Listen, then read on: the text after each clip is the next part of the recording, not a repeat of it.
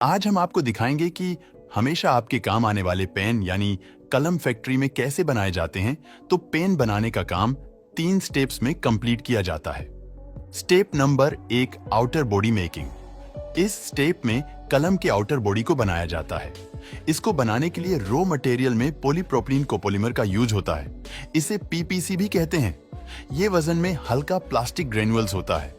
अब इन सभी को मिक्सचर में मिक्स करके एक बड़े से होपर में डाल देते हैं। साथ ही इसमें जीस कलर का प्लास्टिक चाहिए होता है। उस कलर का प्लास्टिक पॉलीमर भी इसमें डाला जाता है। यहाँ एक वैक्यूम ट्यूब इस पीपीसी मटेरियल को बड़े से गर्म भट्टी में ले जाती है, जहां पर ये पिघलकर मॉडलिंग मशीन में चले जाते हैं और कुछ इस तरह से मॉडलिंग मशीन से पेन का आउटर बॉडी तैयार किया जाता है। बिल्कुल इसी प्रक्रिया द्वारा पेन का कैप ट्यूब्स भी तैयार कर लिया जाता है। अब पेन का आउटर बॉडी तैयार हो चुका है। अब स्टेप 2 में आता है पेन का इनर पार्ट, जिसमें सबसे पहले पेन के इंक यानी स्याही को तैयार किया जाता है।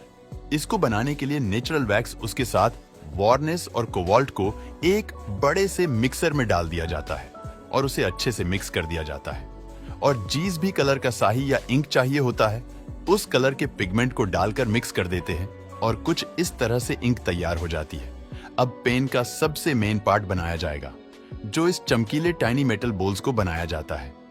इसके लिए स्टील के पतले वायर को बॉल हैंडिंग मशीन में डाला जाता है, जो इन तारों को काटकर कुछ इस तरह से बोल्स का शेप दे देती है। तार अंदर जाते ही एक कटर द्वारा काट दी जाती है और सामने से 10 टन जीतने वजन से दबाकर उसे बोल का शेप दे दिया जाता है और उसे कुछ ऐसे एकदम परफेक्टली शेप दे दिया जाता है। अब इन बोल्स को पॉलिश करने के बाद एकदम चमकदार कर दिया जाता है। तो अब नीम को बनाया जाएगा, जिसमें कि ये छोटी छोटी मेटल्स बोल फिट होने वाली है।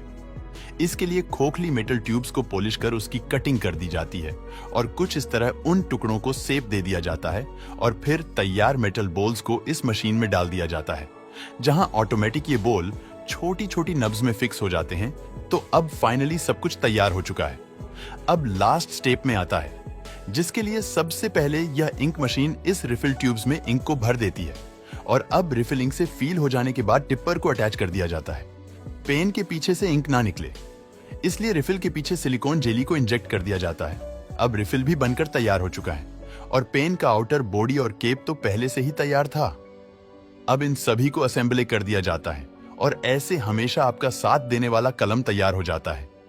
दोस्तों, वीडियो पसंद आता है तो लाइक और शेयर करें।